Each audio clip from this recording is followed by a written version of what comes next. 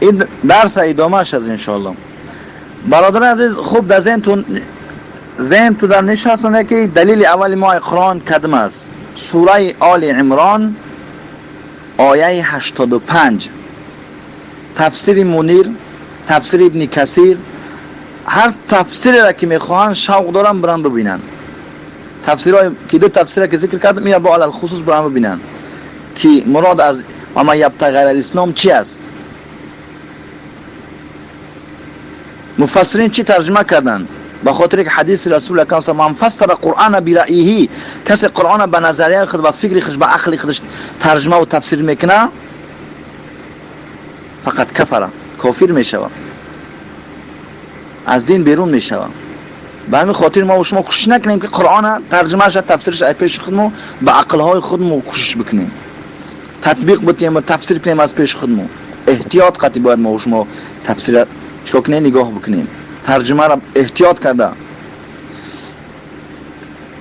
برادرای عزیز خوب متوجه باش که دلیل ما و شما آیه قرآن سوره آل عمران آیه 85 است. دوم این دعوایی که کردن که باید عقل پیش باشه از یکی نقل باشه، بچه خاطر عقل میتونه که یک دیگر را بفهمند به عقل خودشو. این دعوای اونها بود. دوم آیت دیگر سوره نساء آیه 115. سوره نساء آیه 115 الله چی میفرماید؟ اعوذ بالله من الشیطان و من یشاقق الرسول من بعد ما تبین له الهدى. هر کی مخالفت پیامبر بکنه بعد از این که معلوم شود او را که پیغمبر خدا چی است، واقعا محمد صلی الله علیه و آله پیغمبر است، الله واحد است، قانونایی که پیغمبر آورده است بر حق است، خوب فهمیده بود، هدایت یافته بود. بعد از اینکه هدایت براش رسیده بود، خوب معلومات حاصل کرده بود، نیکی چیکار کرد؟ یتبع غیر سبیل المؤمنین، پیروی کرد غیر راه مسلمانان را. ایسر تفاسیر تای همین آیت چی میگم؟ مراد از غیر سبیل المؤمنین اجماع مسلمان ها است. در یک چیز مسلمان ها اجماع میکنن در او خلاف بکنن، اتباع غیر سبیل مسلمان ها را بکنن. تمام مسلمان ها علمای ربانی اهل حق در این قائل هستند که قانون خدا این قانونی چی است؟ فایده خلق بشریت است، منفعت خلق است. تمام مردم اجماع دارن. غیر سبیل من مراد از اجماع امت است. خوب در ذهن داشته باشید. هر کسی که پیروی بکنه قانون کفری را، خوب از ملاها فهمید که قانون دموکراتی کفر است، الحاد است، فسق و فجور است، خلاف شریعت است، خلاف دین محمد صلی الله علیه و سلم است. خوب معلوم شد براش، از ملا خوب معلومات گرفت، راهنما هر روز میدر آمد براش معلوم شد اگر از خوب معلومات داره. بازم چیکار کرد؟ خلاف ورزی کرد. جزای چی است؟ الله سبحانه و تعالی او را در سقر، در جهنم میپرتوید. نگاه کنه برادر عزیز، دموکراتی عقل است. در عقل کوشش کردی، قانونهای عقلی را پذیرفتی و او قانونهای تمام علما اتحاد کردن که خیر و منفعت مردم. تو میخوای میگی مخالفت است، منفعت مردم نیست. باز خطا مسلمان بگیری، فکر کن، باز این قانون اسلامی بدانی، باز این قانون منفعت بدانی. وقتی که منفعت باشه چرا الله شما رو در جهنم میاندازد؟ این مردمایی که با عقل شما قانون و قاعده راست میکنی، حکومت راست میکنی، با عقلاتو خوب فکر کنی. وقتی که شما عقلات و منفعت شما باشه چرا شما جهنم رسید؟ منفعت در دست شما.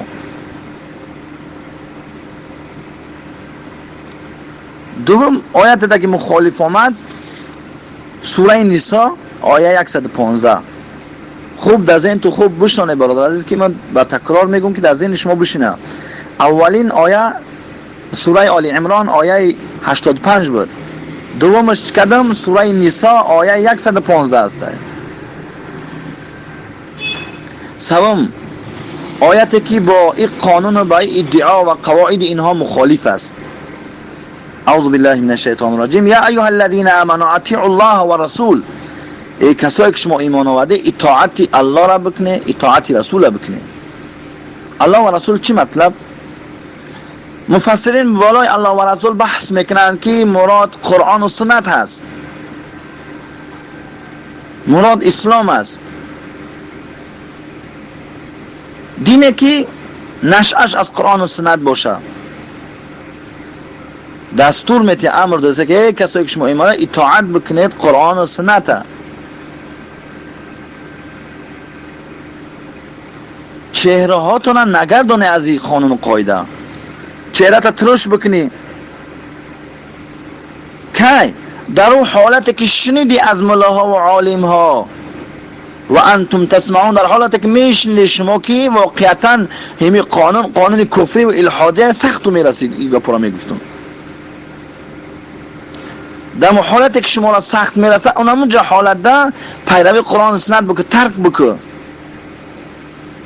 قانون و قاعده ای که به عقل های ما و شما راست شدگی است. در اون حالت را ملا هر گپ میگه قرد میکنه. آدم حکومت هستی که گیبه هستی گوش میکنی سختت میرسه. برادر نیستی شما، سبقت لسانی شد صدقه برادری کنه شما را. لیکن ما مراد امام کسایی هستن که قلبهاشان تاب خوردگی است، کوشش ها دارن که از این کارخانه بیرون شوند. خوب متوجه باشه. خدا دستور میده که ای کسایی که شما ایمان آوردید اطاعت بکنی الله و رسوله، نه که عقلاتوا. میگه قانون اونها چه به قانون های قرآن و سنت مخالف است. در اینجا بحثا میشه در گروپ ها گوش میکنی، میگه تو چرا رحمان و فکافیر میگوی؟ ریش نمینا به همون خاطر، ای بجیلک پوینه به همون خاطر، خیلی زنش از سر کچا میبره از سر لیش به همون خاطر، دخترش خیلی ظلم میکنه به همون خاطر، خیلی فلان کس دکانش گرفت به همون خاطر. ملا با دلیل میتن خیلی با ظلم آدم کافر میشه. بحث ما در بالای ظلم نیست. بحث ما تکفیر کردن ما در این است که اونها قانونشان قانونی عقل است. میل عقل باشند خلاف نباشند، اینها خلاف هستند. قانونی که به عقل راست کردگی هستند اینها خلاف هستند به قانون عقلیشو. برادرانی که در راهنما گوش میکنه دیگه جماعت ها میره بحث و مباحثه میکنه، شما اول یک پیشنهاد بگی مولای عزیز کسی باشی نترس، اولا میره سوالش بگی دموکرات یا کفر است یا نیست، قانون خدا یا قانون بشر. او در حال برای تو میگه که قانون بشر است. بگو همین قانون بشر، همین قانونی که میگه شما قانون بشر است موافق قرآن است یا مخالف قرآن است. دوم سوال باید بالای هم ملاین باشه. او دو حالت داره، میگه یا موافق است یا مخالف است. وقتی اگر بگو که قانون دموکراتی موافق به قرآن است، بگو کدام قانونش موافق است. اگر که ثابت کرد بعضی از قانونش ثابت کنه نیست، در او تو آیه را بخون اتؤمنون ببعض الکتاب و تکفرون ببعض الکتاب. آیا به نیم قرآن ایمان میاره به نیم دیگهش کافر میشه؟ الله در ادامه یاد اینها کافر هستند. کسایی که به نیم قرآن ایمان میارن و به نیم دیگهش ایمان میارن به نیمش کافر میشن، اینها از جمله مسلمانان نیستن، اینها کافر هستند. یک انسان نمیتونه که در زندگی خودش هم قانون کفری بپذیره هم قانون اسلام، یا مسلمان میشه یا کافر میشه. دو حالت هست اینجا. مولا طرفان بین نکنه که او ریشه میزنه بر ریشه زدن کافر نمیشه. صحابه دو دلیلا را نگاه کنید برادر عزیز که چه الحاد هستن بدبختای مولای شیطان صفت که اون فلان صحابه درش داشت ریشه رفت تراشید صحابه چهرهش گردون کافر نشید کو. اولی ریشه زد میگه شما کافره. ما برای ریشه زدن نمیگیم. مسجد نمیروه، زیاد از مردم مسجد نرفتن کافر نشیدن کو. ما دلیل اعتراضای ما تکفیر ما در این نیست برادر، مردم در شبهه ناندازن. تکفیر ما در قبولیت قانون دموکراتی است. خودت اعلان بکنی که منم دفاع کننده قانون دموکراتی، منم رئیسش. وقتی انتخابات میشوه هر یک کس کلانتران اونها بلند میشن، حزب دموکراتی، حزب اسلامی، حزب کمونیسم، حزب فلان فلان فلان، رئیس هاشون بلند میشن. این همین رئیس ما کی است که به نام دموکراتی که تو میگوی قانون الحاد و کفر است، همچون قانون الحاد و کفر میگم من کلانترش هستم.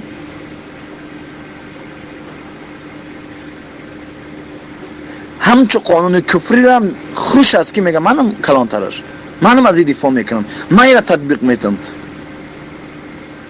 شما خوب فکر کنید. به همین ترتیب اگر شما با آنها دلیل بتیه و جواب بگی، اونها ذره شما را فهم کردن نمیتونن. برادر عزیز، بعضی کانالا داخل میشه گوش میکنی، برادرها یک قسم فهم میکنن، بیچاره عوام ناس آخه نمیفهمن. این همی دلایل میتین حج رفت. اسلام عبادت تنها نیست برادر عزیز. اسلام معامله تنها نیست فقط. ما و شما اسلام ما سیاست داره. سیاست ما منهج قرآن و سنت است. اسلام ما و شما عبادات داره. صوم است، عبادات مالی و عبادات بدنی و مثل زکات، روزه و نمازی و معاملات داره، تجارت بیعی و هر یک. اسلام ما و شما حصر در چی کردگی هستیم؟ در عبادات. اگر هر انسانی که عبادت خدا را میکنه، نماز میخونه، زکات میتیه، حج میرود، 10 بار 1000 بار از سجده کردن از سر شکاف میشوه، از روزه گرفتن به مثل سوزن قرار میگیره. اگر قانون سیاست قرآن اگر نپذیره و او را الحاد و دهشتگردی بدانه، این کفر است، عبادتش بیکار است، غیر سبیل مؤمنین است. چرا به او حجش فند نکنه؟ چرا به او مسجد آمدنش فند نکنه؟ در ذهن تو خوب بشانه که عبادت قبول میکنن حکومتی ها، حدود قبول نمیکنن. این کفر است، این الحاد است، این خانه خرابی مسلمان ها است. برادر عزیز خوب متوجه شد برادر عزیز که یک مولای کذاب دارن، شراف الدین. با خدا قسم قدر کذاب است که بزرگترین کذاب است که هر روز امت مسلمان فریب میکنه، فند میکنه. برادر عزیز با خدا قسم میگه که در مجلس اهل بدعت نشینه. میگه پیغمبر خدا میگه، خوب متوجه باشه، در مجلس اهل بدعت نشینه، من میکنه. کسی با بدعت تعاون میکنه، کمک میکنه، دوستی میکنه، در مجلس هاشون میشینه، مجلس های آنها را بزرگ نشان میده به چشمای مردم. این تعاون اینمی بدعتی ها است.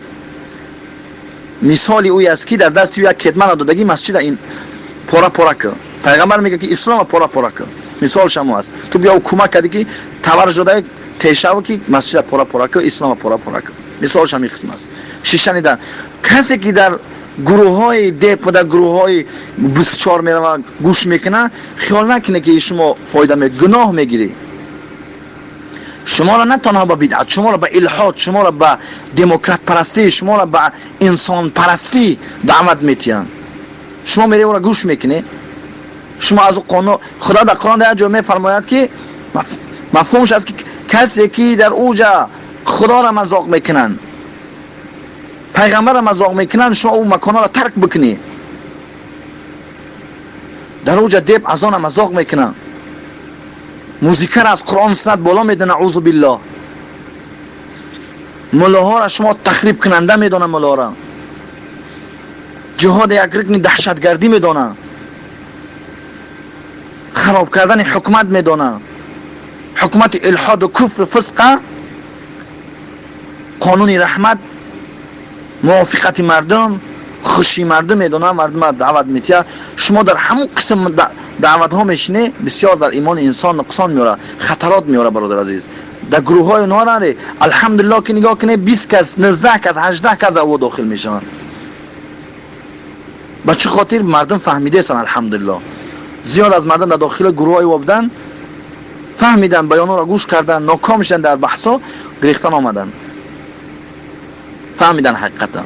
من میدونم که در گوش دارن اونها، خوب متوجه باشن که برای شما معلوم شد که دموکراتیا یک قانون عقول بشریت هست. عقل های مردم جمع شدن، قانون راست کردن، ای مردمی که به سوی دولت های کفری دعوت میکنی شما را، حکومت های کفری، این قانون های عقلی هستند.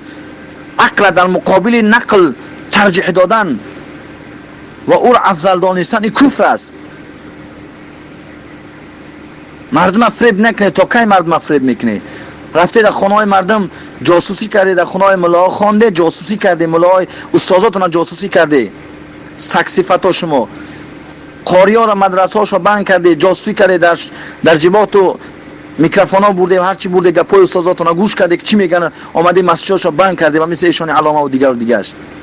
قاریای زیاد زده سر که تا قزاقستان تا گرمانیا را سرش کرده قاریا تو.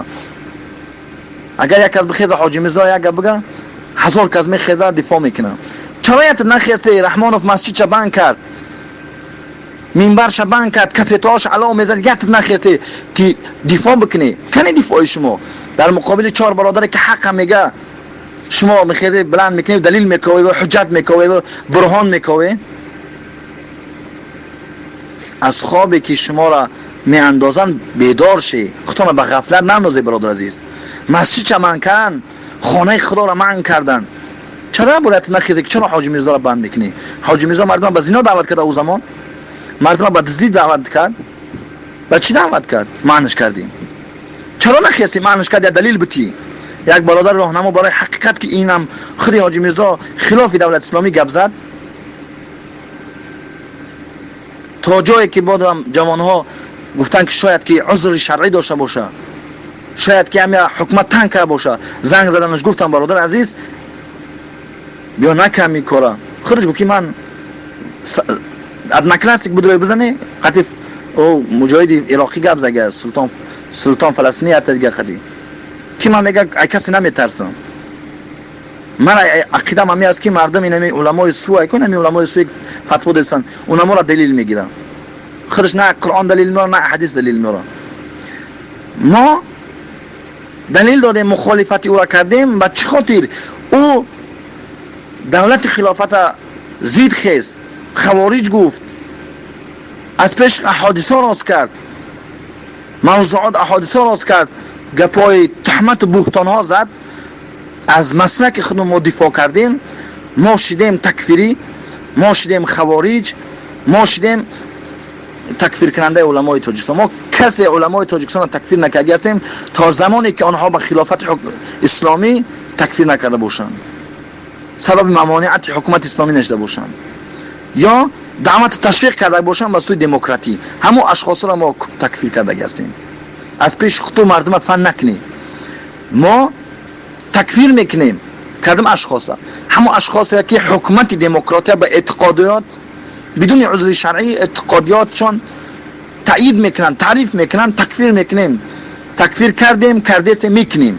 این سه زمان از این تو داشته باش که در این سه زمان ما قایم هستیم ان شاء الله، تا وقتی که هدایت الله هدایت مبتدی ما در این زبان باشیم. قانونی که امروز وضع شده از وطن ما و شما، عقول بشریت یهود و نصارا جمع شده، این قانون برای ما و شما پیشنهاد کردن. نمایندهش آمد در کرسیش فریاد میزنه حجاب یک چیز عرب است. مجاهد استهزاء و تمسخر میکنن مجاهدین. این مردم خوب متوجه باشه، شما را فهم کرده ایستن. داملا حکمت الله را یا تکفیر میکنن و صوفیا را تکفیر میکنن و فلان را تکفیر میکنن. این طریقه مردم را فهم کردن است. مسئله صوفی را یک طرف بگذار، مسئله ملا را یک طرف بگذار. تو این مسئله را جواب بگو که برادر عزیز که ما تکفیر میکنیم دولت دموکراتی همین تکفیری است، همین کاری ما تکفیری است. جواب بگن یک است. پرسش میگه دموکرات کفری است، میگه قانون اسلامی نیست. بگوی قانون کفری هست نه اسلام ده نیست. خودش تکفیرش که است. میگه اگر ما بگیم از راهنما میگه تکفیری است. اون سوالش کنه، خودت سوالش بکنه ملاش و همون کذابا را، شیطانا را، ملای سور است، سگ صفتایی که در خانه ملا رفتن درس خواندن، نان و نمک ملا را خوردن، اونها را فروختن. جاسوسی با جاسوسی رفتن، کم کم خواندن، ملا شدن، فهمیدن شریف قای بالای چه نمیدونن. متن شریف قای رو بپرس، ترکیبش بپرس، صرف نحوش بپرس، از معانی بپرس، از منطق بپرس، از فلسفه بپرس. والله قسم اقسم بالله اگر بدونه هزارها کس دو آمدن به نحو بندش کردن. هزار یک دقیقه قد نکنه ان شاء الله صحبت ما به خاتمه میرسه. فقط در ذهن تو داشته باشه برادرای عزیز، فهم تو نکنن تکفیر ما آن اشخاصایی را که رئیس این حکومت قرار گرفتن، در این قانونا خوشند، در خوشی آواز میتین و این زندگی و کامیابی میدانن، ما هم اشخاص را تکفیر میکنیم. هر کسی باشه بیا به دلیل صحبت کنه. قانون دموکراتیک کفر هست یا نیست؟ یک موضوع. کسی که رئیسی همین قانون بشه و به تعبیت خودش بدون عذر شرعی آیا کافر هست یا نیست؟ کسی که همین حکومت دموکراتی آواز میته، سوم موضوع، به طبیعت خودش یا به غیر طبیعت چه حکم داره؟ موضوع آشکار هستند، بیا بحث بکنن، راهنما بدن. ما دیگه گروه ها ور نیستیم که مردم بانک نیم و طعنه بزنیم و دیگه. خوب یا 2 دقیقه 3 دقیقه چند دقیقه که میخواید دلیلات پیش که دموکراتی کفر هست یا نیست. دعوای ما کفر است. بالای دعوای ما دعوا دلیل آوردیم، 3 دلیل آوردیم: سوره آل عمران، سوره نساء، سوره انفال. مرد باش، تفاسیر ها حوالات دادیم، برای ببینید تا کش ما چشمال بند میکنه جوانو. اون مولا گفت، ایتا مولا گفت، اون مولا ایتا گفت. ای گفتن هم برای ببین، تفاسیر ها رو ببین، فهم تو کردیستن مردم. خود شو در درس ها شو در مکتب ها شو میگن که دم و خلق کرت یا آزادی. در اسلام آزادی است. آزادی به این مطلب نیست که در یک دهن هم طعام پاک بدازی هم نجاست بدازی. این مطلب نیست. به این مطلب نیست آزادی که در هر فرج تو چیکار کنی، تجاوز بکنی. آزادی است به همسر خودت برس، به مادرت نرس. این همین دموکراسی است که در امریکا و اروپا خواهرای خودشان مادرای خودشان تجاوز میکنن. این همین الحادی است.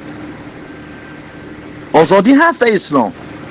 کی میگه اسلام در آزادی نیست؟ کی میگه در دولت اسلامی آزادی نیست؟ آزادی هست. آزادی جا داره، حد داره. چه خیلی که قانون شما حد داره، اسلام هم خودش حد داره. ای حد تجاوز کردی اسب 6 سنت بمونه، دست کش میاد. هر چیز خودش حد داره. اسلام حد داره. مردم فهم نکنه که اسلام حد نداره. دموکراتیا یک قانون است که حد داره. در این حد انسان زندگی بکنه، خوب کامیاب میشه. ای حد تجاوز کنه. میگه شما اسلام حد است. آب حلال کرده و حرام کرده است. خواهرت حرام کرده است، زنت حلال کرده است.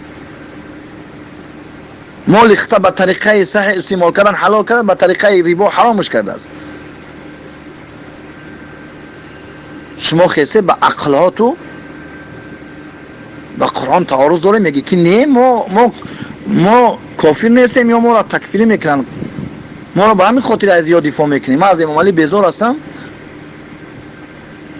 ما امام علی قطعی نیستیم. ما بچه میبینیم. ما پروسه تکفیر و امیر راهنما را برای خاطر قطعشم بحث میکنیم. هر وقت ناکام میشیم برای خاطر که او تکفیر میکنن. برای دلیل تا جمع کن، خوب دلیل جمع کن، بعد یا بحث کن. چه نگاه که چی را تکفیر میکنن، دعوای آنها چیه، دلیل آنها چی است. شخص تکفیر میکنن، آمد تکفیر میکنن. خوب ذهن تا بکشا برادر عزیز، در فریب آنها نخور. میگه بیا ریش هست، با ریشی بدن تنها اسلام است. دست بریدن در کجا است؟ بیا برادرم و جوانان نماز خواندیسن. خوب مردم نماز خواندیسن. در اسلام 6 ماه بعد باید جهاد کفایی باشه، بالای مسلمان ها بالای کفار حمله بکنن 6 ماه پس. ایده کجا است؟ بیا حج است، 20 ساله میتونه حج بروه. خوب در اینجا قانون احکام خداوند است. در کجا قانون ای حدودای خداوند در کجا؟ مردم دعوت داره به الحاد. سبحان الله. بریش موندن به حجاب پوشیدن تنها اسلام است؟ والله اسلام نیستی. این کذابیت است، این شیطانیت است. به نیم قرآن ایمان آوردن است. قرآن کامل ایمان بیاری. خدا میگه مکمل در قرآن ایمان بیاری. هر قوانین و قواعدش در ایمان بیاری. ذره مخالفت نکنی از قرآن و سنت. خوب برادر ذهن تا بکشا و این فهمت نکنن که این عبادت هست، این نماز حج هست، و این فهمت نکنن. سوالش بگو در بگو که دست بریدن کجا هست؟ بگو اطاعت بگو نه، بگو بنیم قرآن ایمان میاره بنیمش کافر میشه. خوب ذهن تا بکشا، دموکراسی ترجمه که معناش بکن، با قرآن چه مخالف از او را پیشنهاد بکن، ترا ذره نمیتونه که تکان بتیه. جاء الحق و زهق الباطل، حق بیا باطل نابود میشه. نیکی حق دانستن در کار، دلیلش دانستن در کار، دعواش دانستن در کار، ان شاء الله کامیاب میشه برادر عزیز. هر کجایی که با همین قسم بحثی که برای شما کردم ان شاء الله اگر پایبند کنی، هر کسی که بیا ناکام میشه در پیش ما. ناکام با چه مطلب؟ با این مطلب نه که ما ناکامش کردیم مخندیسش شه، نه، با این مطلب که اونها باید رجوع بکنن، دعا بکنن. یک برادر شاید از نافهمیش این کارا بکنه، یک برادر از عنادش میکنه، یک برادر از کفرش میکنه. ای برادران خوب متوجه باشه، فهم چو کردگی هستن به چند خیزه دفاع میکنن. ای اونایی چی گپ نیست، مردم نماز رفتم میسن. سبحان الله، مردم اینقدر گاو گرداندگی هستن که نماز آزاد چه بینیم دیگه اسلام فراموش میکنن. اسلام همی است. دو ملا ای سر منبر گپ زد، روزه و زکات دادن، میگم مولویا و دکترا و پروفسورا و فلانیون در سر منبر گپ دادن، درس دادن، اون مدرسه ها دارن. با مدرسه بدن اسلام نیست، با حدود خدا اسلام است. اسلام بیاره حدود اسلام، تمام قانون خدا را بیاره. بزرگترین قانونی همی است که توحید تطبیق بتیه، خدا پرستی را. توحید چی است؟ در عرض مسلمان ها کلیسا باید نباشه، نبیان کلیسا را بکشن مردم با کفر الحاد دعوت بتیان. شما خاموش باشی. مسجد هوی در برش کلیسا هوی. مسجد هم هوی، مدرسه هم هوی. در اون طرف شیعه دعوت خانه روز کیسن، حکومت زواد روز کیسن، مردم دعوت دادیستن. در مکتبه و در انستیتوت مردم دعوت دیستن. چورا من نمیکنی؟ مسلمان فساد آوردیست، افساد آوردیست در جامعه مسلمان ها. شما خاموش هستی. این چیزا چرا من نمیکنی؟ اسلام هم فقط مدرسه روز که هست. اما یک مسجد روز بکنی بگوین در روسیه در فلان جا پوتین مسجد روز کرد، این چه به مسلمانان دشمن است؟ اونمی خیلی که نمیمونن اهل حق حدود خداوند جاری بکنن، میشناسن و دشمناش را میشناسن. چون نمیاد در داخلی تاجیکستان مرا بکشه روسیه؟ یا مسلمانان کو؟ به خاطر که ما و شما فقط دین خود ما مسجد روز کردیم، دین خود ما فقط حجاب گفتیم، دین خود ما فقط چی گفتیم؟ زکات نمی حج رفتن. حدود خداوند فراموش کردیم، حدود خداوند دین ندونستیم، حدود خداوند بسیار خطرناک چیز دونستیم. میگه خوب است یا بنیم قرآن ایمان دارن یا قدر ایمانشون مضبوط نیست، بیا اون شرای نرا بزنیم که اون مردم خطر هستن. او قانونی ما را این اهدا میکنن. و چه خاطر او کوشش دارن که قانون وضع شود در کرای دنیا. یا کوشش دارن که فقط عبادت شود، قانون شود نشود، کی امیر شو هست نیست. ما و شما قانونی ما، دینی ما و شما، حکومتی ما و شما شده است. حکومت نماز من کن من میشیم، مسجد ما کن من میشیم، اگر اجازه میخونیم، روزه را بگیریم روزه میگیریم. دینی ما حکومت شده است. حکومت هر چی که اجازه بده میکنیم، نکرد نمیکنیم. برادر عزیز خوب متوجه باشه، قدم تا خوب بمون، فکر که چی گفته است، چی میگه، چی دلیل میتی، بین این دو تا چه خلاف است. خوب گوش که انشاءالله تو یگان ذره تیز نشه اقارتت کرد، صبر که استقامت که تو برای حق کوشش داری. پیغمبرم اقارت نکرد، صبر که. ما برادران راهنما را دعوت میتیم که اقارت نکنی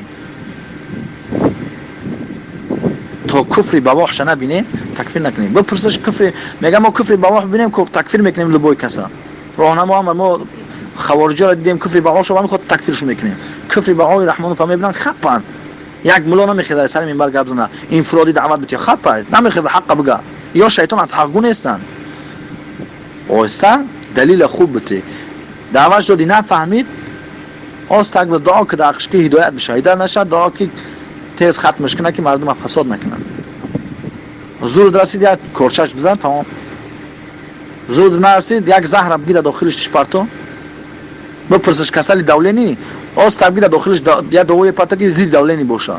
آسان است برادرها. کشتن کارچه زدن از شما نمیتونه، پراندن میزنی تخص میکنم لیسات دگیر جمع میشن، اشکال نداره.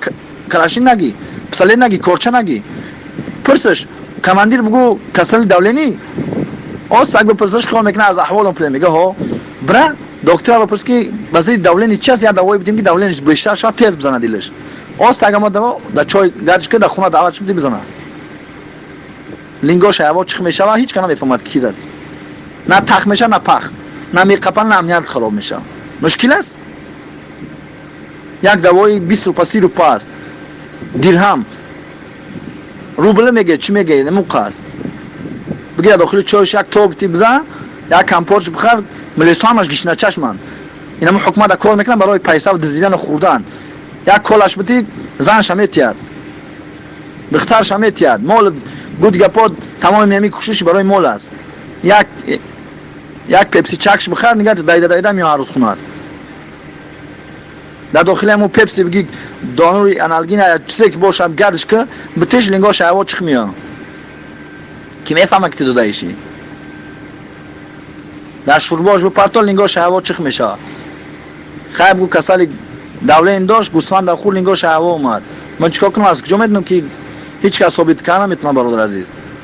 بهانه نکنیم ما شما که پسله نداریم و قدرت نداریم. هر چیزی را که میتونی و اعدوا لهم ما استطعتم من قوه و من رباط الخیل ترهبون به عدو الله و عدوکم. هر چیزی را که میتونی بآموزه توسط اونها مبارزه برای. دوایی کم است. هر یک دوایی است که بریزش داخلی چای آب و کالا در داخل گوش بیرون بریزش میزنه لنگاش چخ میشه. نیکی غیرت جرأت ما و شما نداریم. ای برادر عزیز نترس، غیرت کن، انشاءالله الله ترا نصرت میکنه. و من یتق الله یجعل له مخرجا. کسی تقوا بکنه، پرهیزگاری بکنه، الله هزارها راه میکشه. هزارها راه برای شما میگن راهنما. بازم میترسی. نمیدونم چی است علتش. سال 92 میگم مسافر لرزش میگیره. جهاد به معنای تخریب است برادر عزیز. جهاد برای هر ملا را میپرسی پرس. جهاد به ذات خودش کار خوب نیست. بنابر اعلای کلمت الله این کار خوب قرار گرفت. نماز به ذات خودش کار خوب است. نه که جهاد به ذات خودش کار خوب نیست. خانه یک کس بشکنه، یک کس بکش خون شب بریز، کار خوب است؟ کار خوب نیست. نه که این خوب با چه خاطر خوب شد؟ به خاطر کلمه خدا در کره دنیا حاکم قرار دادن. این شد ذروة سنام الاسلام، قله بزرگترین اسلام جهاد است. حدیث مشکات، حدیث بخاری صحیح است. از اسلام دفاع میکنی خیلی گپ زمولا. حدیث از ذروة سنام الاسلام چرا یک بار در زبان نگفتی؟ بگو. او برادر عزیز در ذهن تو بشنونی که دموکراتیا حکومت کفر، حکومت ارتداد، حکومت الحاد است. انسان پرستی است، خدا پرستی نیست، یک دین است.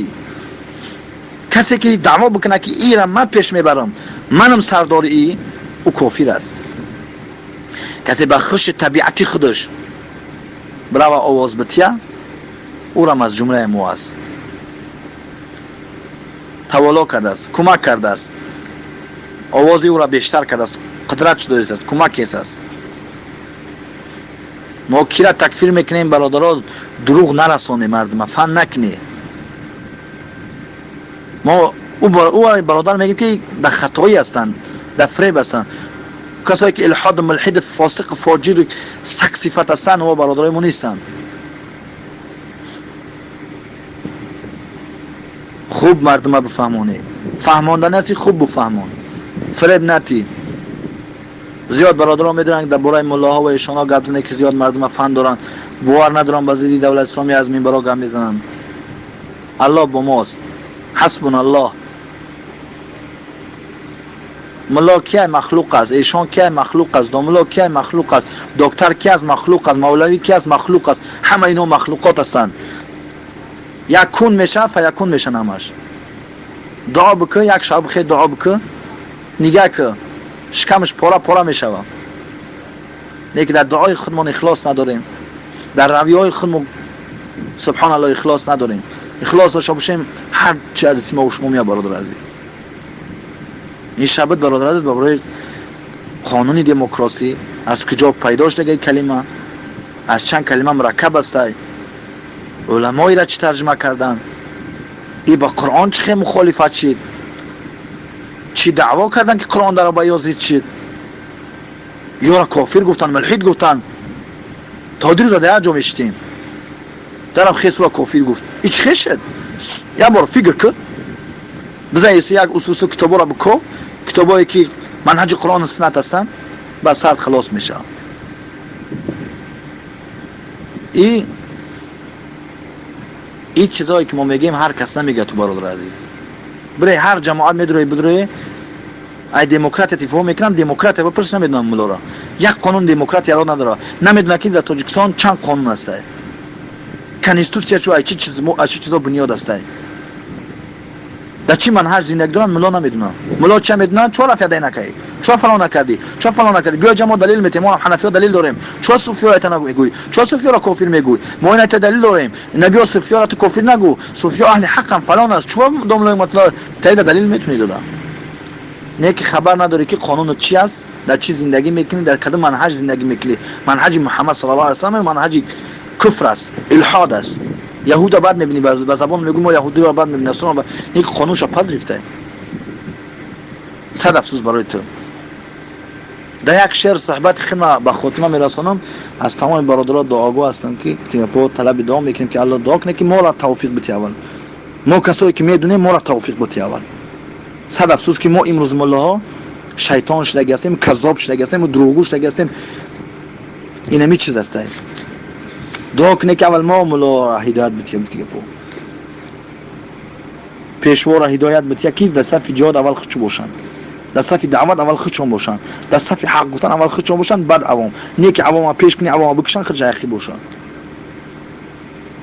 الحمدلله دولت اسلامی نگاه کنید تمام امیراش در صف اول جنگ می‌کنند. نه در تقدیرش مرگ نیست.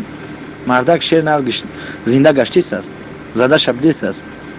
عدنانی را که الله تقدیرش را کشیده بود زنانش شهید شد. دیگر شهید خوش. هزارها شیخ دیگر در خراسان زده شد. از زمانهای جنگی که با کفار است.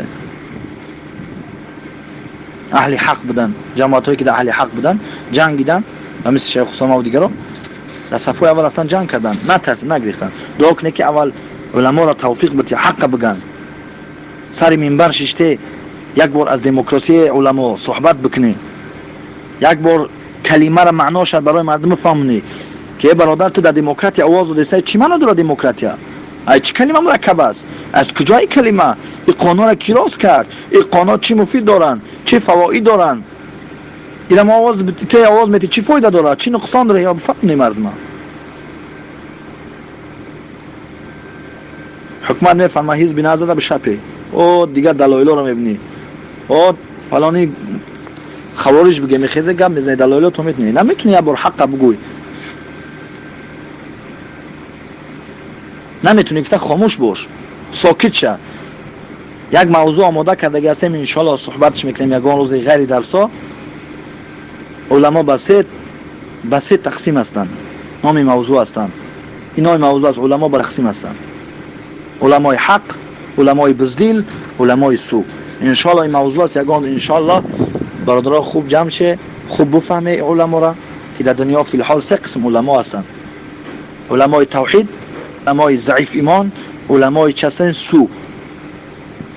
نام موضوع است ان شاء الله بدلیل با قرآن و سنت وعیدها همه ان شاء الله خوب صحبت کرده میشه. کوشش کنید. شاعر عجیب گپ میگه گر همه خواهی مسلمان زیستن، گر همه خواهی مسلمان زیستن، نیست ممکن جز با قرآن زیستن. اگر مسلمانی میخوای برادر عزیز با قرآن سنت چنگ بزن نجات میابی. نه تنها بر عبادتی که تو را دستور میده قرآن، بر حدودش، بر معاملاتش. از اول قرآن از فاتحه تا سوره ناس عمل بکن، قبول بکن، خوش باش، نجات میابی. اگر ذره تکان خوردی مخالفت کردی بدان که از ایمان بیرون میشه. السلام علیکم و رحمت الله و برکاته.